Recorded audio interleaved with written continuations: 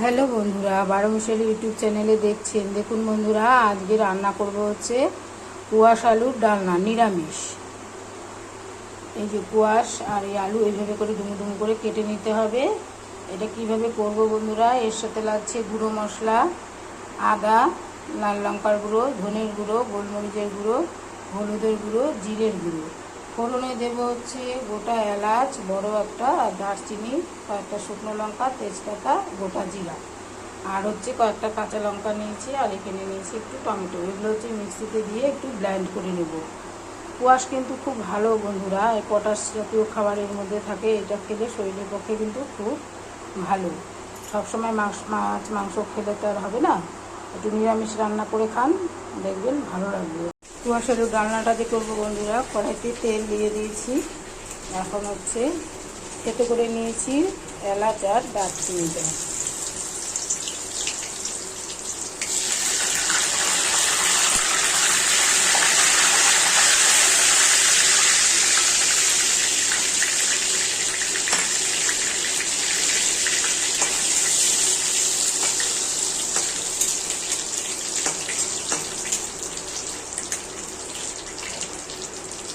কয়েকটা কাঁচা লঙ্কা দেবো,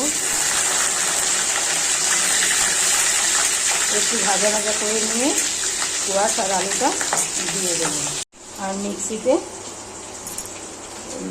টমেটো, আদা, গুঁড়া মশলা গুঁড়া দেবো, কাঁচা লঙ্কা কয়েকটা দেবো, দিয়ে মিক্সিতে ব্লেন্ড করে দেবো। ভাজা ভাজা হয়ে গেছে ফোড়নটা, দিয়ে দেবো।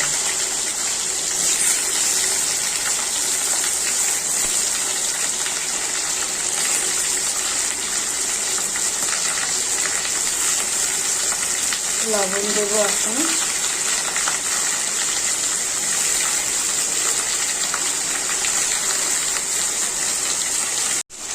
লবণটা দিয়ে দেবো, দিয়ে ভালো করে নাড়াচাড়া করে একটু কেটে রেখে দেবো। এই যে মশলাটা আমার বাটা হয়ে গেছে বন্ধুরা।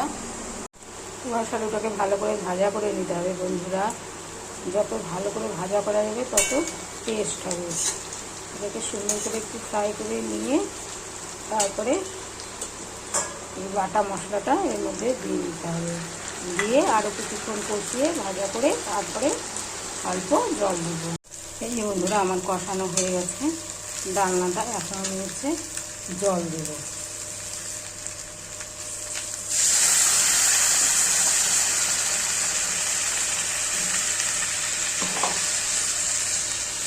খুব একটা ঝোল হবে না, একটু মাখা মাখা হবে। অল্পই জল দিয়েছি আমি। এখন ঘি, গরম মশলা আর একটু চিনি দেবো। একটু চিনি দেবো,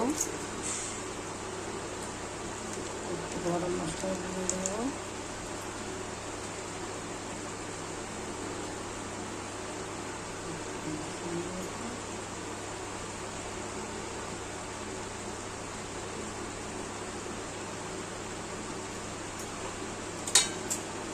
হয়ে গেল আমার ডালনা।